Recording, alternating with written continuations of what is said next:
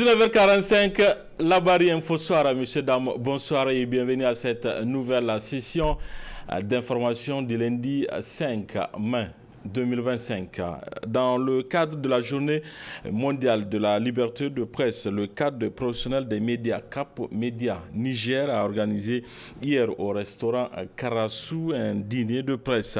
Plusieurs personnalités ont participé à ce dîner, dont le ministre de la Communication. Le résumé de cette rencontre, c'est avec Ismaël Moumouni et Ibrahim Abdou. Autorités administratives, responsables d'organes de presse, agents de médias et autres convives ont participé au dîner de presse organisé par le cadre d'action des professionnels de médias Cap Média Niger à l'occasion de la journée mondiale de la liberté de presse. Cette rencontre a été saisie par Cap Média Niger pour fustiger la situation difficile dans laquelle se trouvent les agents des médias, surtout ceux du privé, malgré leur professionnalisme, leur sens du devoir vis-à-vis du public et à la nation, mais également leur engagement et apport inestimable à la refondation. Nous sommes loin d'être des simples spectateurs de la transformation historique en cours dans notre pays. Nous sommes des témoins privilégiés, des passeurs et des artisans. Loin des agendas imposés, nous choisirons de parler avec notre propre voix, en écho aux aspirations profondes et légitimes de nos communautés, de leur diversité, de notre jeunesse, de notre nation. La célébration de la Journée internationale de la liberté de la presse, édition 2025, du fait de son symbole, nous permet à nouveau de rappeler avec insistance les préoccupations majeures du secteur médiatique national, se résumant pour l'essentiel à une quasi-absence de soutien de l'État aux entreprises de presse, notamment privées. En effet, le fonds d'aide à la presse, consenti pour épauler les organes des médias indépendants, n'est point alloué directement depuis 2018, alors que l'accès à la publicité s'est fait de plus en plus difficile du fait de la non-application de la loi sur la publicité. Que dire de la subvention d'équilibre des médias publics qui est à cette date l'une des plus réduites de la Confédération AES, soit 500 millions pour le Niger, 4 et 8 milliards respectivement pour le Burkina Faso et le Mali. L'absence d'un organe de régulation médiatique. Après avoir rendu un hommage à ceux qui exercent ce métier avec dignité, courage et loyauté, parfois dans des conditions difficiles, le ministre de la Communication salue cette initiative de Cap Média Niger. Le thème choisi par Cap Média Niger, liberté d'expression et souveraineté médiatique, les journalistes de la patrie en sentinelle de la refondation, n'est pas simplement pertinent, il est fondateur.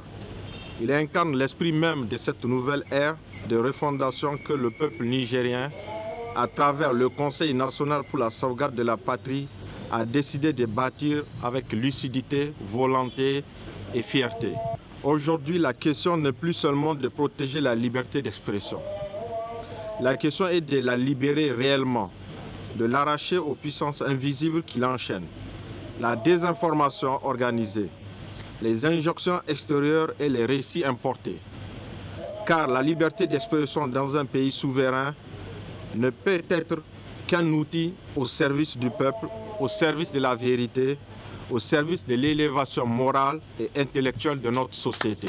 Dans cette dynamique de refondation nationale, la presse nigérienne est appelée à une responsabilité historique, celle de devenir un pilier stratégique de notre souveraineté, et non une simple caisse de résonance d'agenda étranger. Cela suppose un repositionnement de notre vision du journalisme.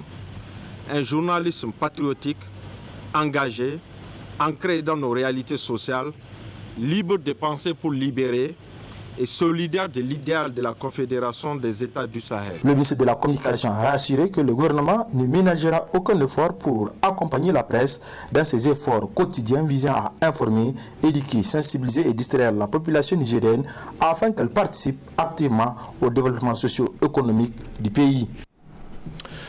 Dans le même chapitre, l'agence de communication et médias en ligne Ouragan Web TV a organisé hier 4 mai 2025 une journée porte ouverte suivie d'une conférence publique. Cette dernière a porté sur le thème une meilleure utilisation des réseaux sociaux et des plateformes numériques dans un monde de guerre de communication. Le résumé avec Adamou Soumana et Aboubakar Souley.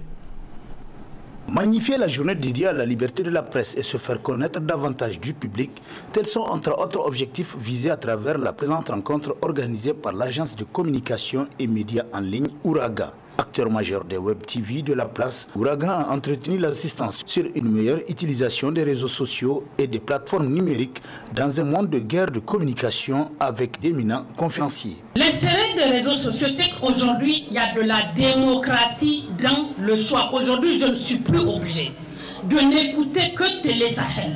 Si Télé Sahel ne m'intéresse pas, si Bonferré ne m'intéresse pas, je vais chercher l'information sur les réseaux, les médias que je veux. La preuve, par exemple, dans nos états de l'AES, on a suspendu, par exemple, France 24 et RFI, mais grâce aux réseaux sociaux, ceux qui ont envie de les écouter arrivent à les amis. Donc déjà, l'intérêt, c'est que ça apporte une certaine démocratie par rapport au choix de ce que j'ai envie de regarder. Aujourd'hui, l'information est devenue une arme et la vérité, elle est sans cesse démarchée. Ensuite, nos récits nous sont imposés de l'extérieur. Il y a un départ à faire entre ceux qui relèvent des réseaux sociaux et ceux qui relèvent des médias web. Voilà. Donc il y a une grosse différence. Parce que là, ça fact-check, ça vérifie. Et puis, le journaliste, il se transpose sur le terrain. On voit partout Ouragan. Ça, je le confirme. Donc, c'est une force que d'être présent. Je dirais simplement qu'on doit promouvoir une éducation aux médias sociaux et à l'information. C'est la seule voie qui peut permettre de faire face, n'est-ce pas, à cette situation. Et cela va permettre aux acteurs numériques de se responsabiliser et aussi de jouer leur partition en brisant la chaîne du partage de la mauvaise information. Et c'est en faisant cela qu'on peut solutionner, n'est-ce pas, cette crise de communication qui nous menace. En marge de cette rencontre de partage d'expérience, l'initiateur nous parle des objectifs à elle assignés. Édifier notamment ceux qui nous suivent, les populations, par rapport à l'utilisation, une meilleure utilisation des médias sociaux et plateformes numériques. Nous sommes nombreux les jeunes qui sont sur les réseaux sociaux, qui partagent des contenus néfastes, qui partagent des fausses informations sans savoir.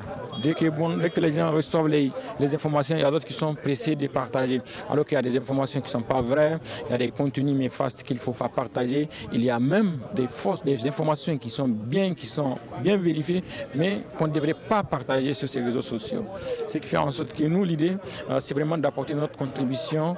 Bien sûr, édifier les gens par rapport à une meilleure utilisation des plateformes numériques et des réseaux sociaux. Parce que nous sommes tous des jeunes, nous utilisons ces réseaux sociaux, mais il faut savoir comment, en tout cas, utiliser. Donc c'est dans ce cadre que, dans le cadre des activités de la célébration de la journée internationale de la liberté de la presse, nous avions dit notre contribution, c'est de sensibiliser les populations vraiment pour une meilleure utilisation de ces médias sociaux.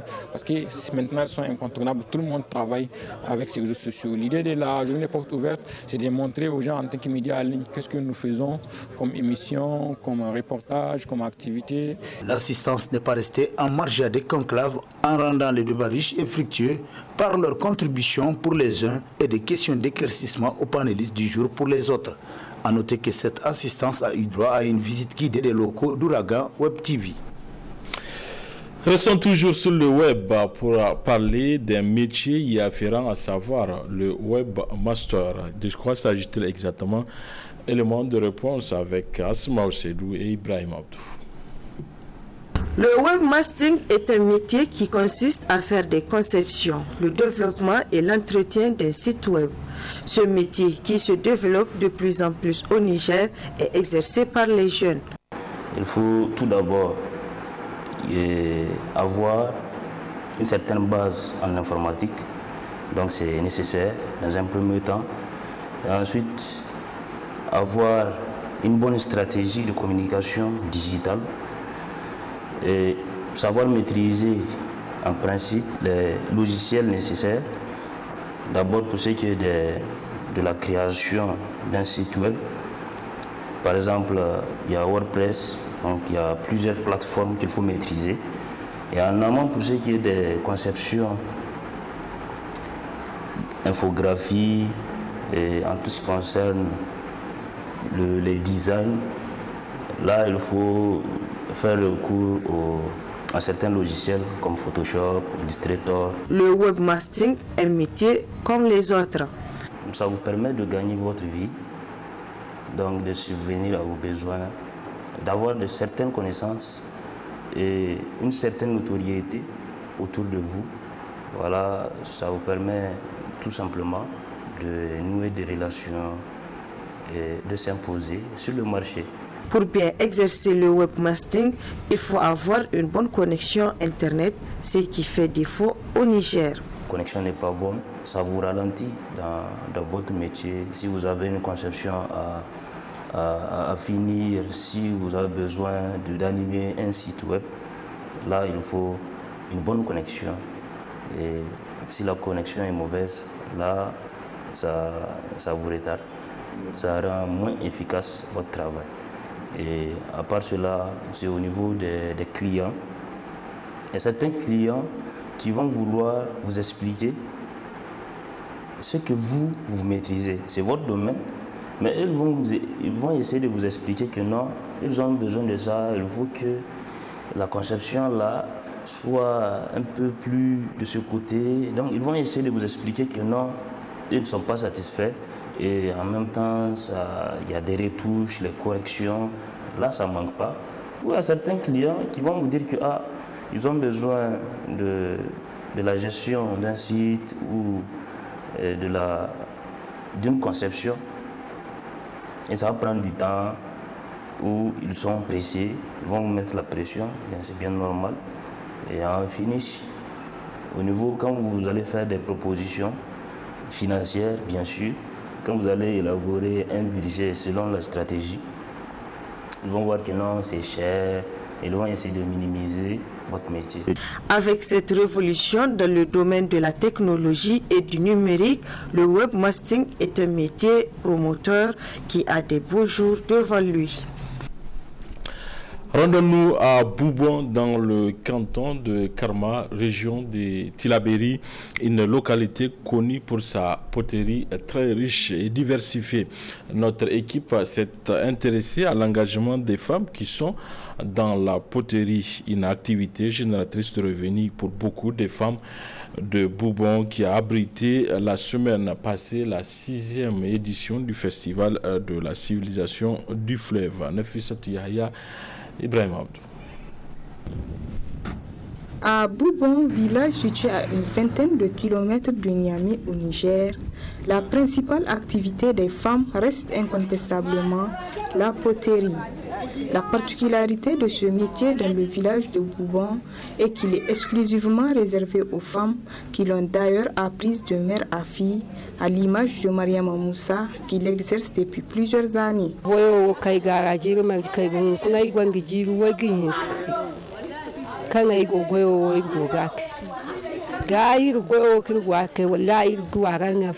Ça fait 48 ans que j'exerce ce métier. Avec cette activité, je subviens à mes besoins et même ceux de ma famille.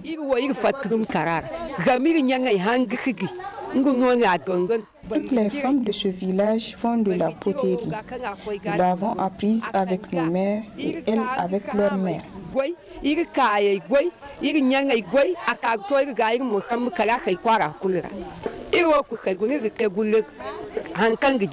Notre arrière-grand-mère a appris ce métier avec une Touareg. Nous fabriquons plusieurs modèles de peau.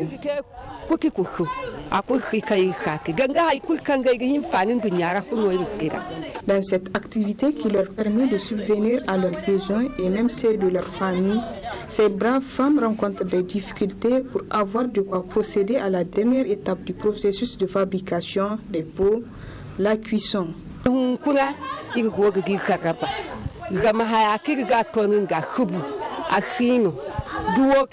Aujourd'hui, nous rencontrons des difficultés pour avoir le foin avec lequel nous faisons la cuisson des pots.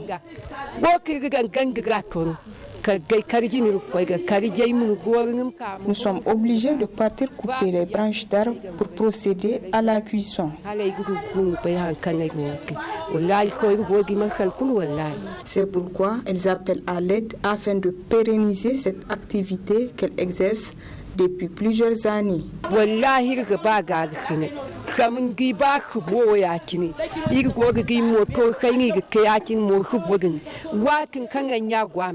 Nous souhaitons vraiment de l'aide. Nous ne trouvons plus le foin avec lequel nous faisons la cuisson.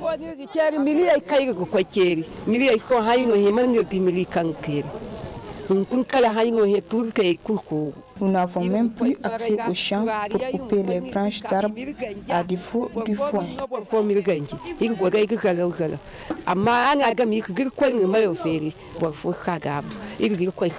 Un des villages du canton de Karma, dans la région de Tillabéri, Boubon est situé au bord du fleuve Niger et au nord-ouest de Niamey, la capitale. Parlons de santé, cette fois-ci avec le diabète, cette maladie fréquente au Niger, une maladie qui fait cependant des victimes. C'est pourquoi il est conseillé de se faire dépister de temps en temps. Et beaucoup le font, comme vous allez le voir dans ce reportage de Ismaël Moumouni et Boubacar Soul.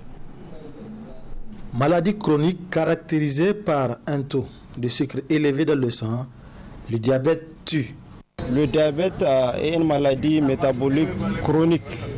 Qui dit maladie chronique, dit maladie que le patient ou le malade communément appelé est appelé à vivre avec durant toute sa vie. L'intérêt de faire dépistage, ça aide la personne à connaître son statut le plus tôt possible. Si vous êtes diabétique et que vous êtes diagnostiqué tôt, ça veut dire que des dispositions vont être prises par la suite pour éviter ou retarder la survenue des éventuelles complications.